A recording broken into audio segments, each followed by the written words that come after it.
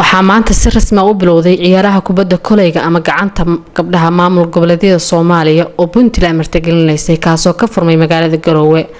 Talaabadan oo qayb ka ah isdhexgalka bulshada waxaan indhaha u qabanaya gabdho ku labisan dharka sportska muuqaal ahaan asturan waxaana galabta lagu bilaabay Puntland iyo koox ka ciyaaraysay bilan waxaana ka soo qayb galay maamulka gobolka kan degmada Xildhibaan Ilhaan oo laga soo doortay Minnesota ee dalka Mareykanka iyo Saygeed Axmed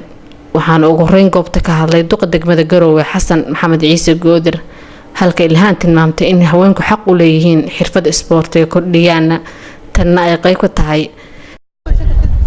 26 sano kadib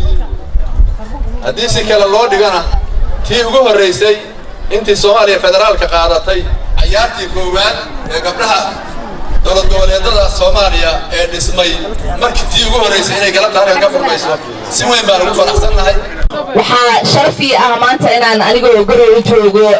ciyaartaan oo kale lagu dhigaayo Garowe Puntland ay qaabada ka qaadanayso oo gudoomiyaalka ay isxil saarayaan ay leeyihiin anaga idin hor soconayno ciyaarihiina hore ha u socdaan sharaf bay muujinaysaa taas iyo dhiirigelin waxaan aad iyo aad rabaa in aan idinku dhiirigeliyo inaadan dad dhagaysanin dadka idin dhahayo dumarka ma aha inay basketball ciyaaraan ama in loo imaado la fiirsado dadkaasay dhagaha u dhigina horay u socda dumarka Soomaaliyeed waa quruxda iyo geesiyiinta iyo lafdhabarta dadka Soomaaliyeed iyadoo ciyaarta maamulka degmada gobolka iyo Xildhibaan Ilhaan kubadda fureen waxaana ciyaarta oo si xiiso leh ku bilaabatay ay dadaal la yimaadeen weerar iyo weerar celis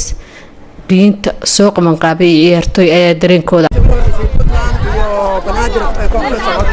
waxay guusha ku raacday Puntland ciyaarta waa soo dhaweynayna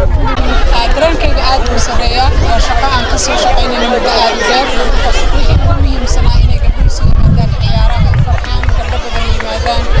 dareenkayga hadda waa ujeedaan waxa garoonka ka dhacaya wax aad u wanaagsan baa dhacay Umad Khayr Axmed Cawad hoonkay